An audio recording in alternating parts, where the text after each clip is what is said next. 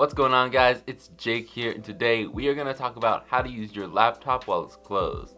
Of course, today is Tuesday, so let's put 2 minutes on the clock and let's get started. To start off, you're going to need 5 things: a monitor, a keyboard, a mouse, a laptop of course, and some sort of cord to connect that to whatever screen you're using.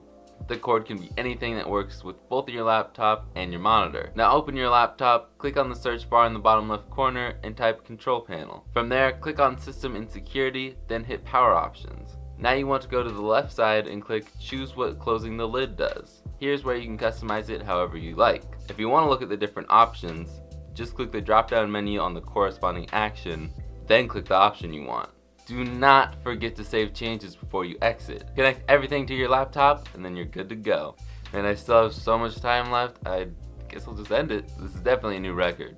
Thank you guys so much for watching. If you guys did enjoy, please leave a like and comment down below. Did this tutorial work for you? If you are new around here, please subscribe and click the notification bell so you get a notification for every time I post a video. But I think that's all for now, so until next time, I will see you guys in the next one. Later, guys.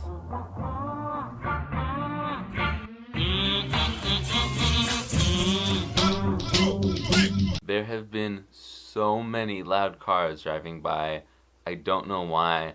This is a very quick video and they keep trying to ruin my audio. Also, if you paid any attention to the video in the background, that is Jonathan Morrison, and that's a hint for my next YouTuber review.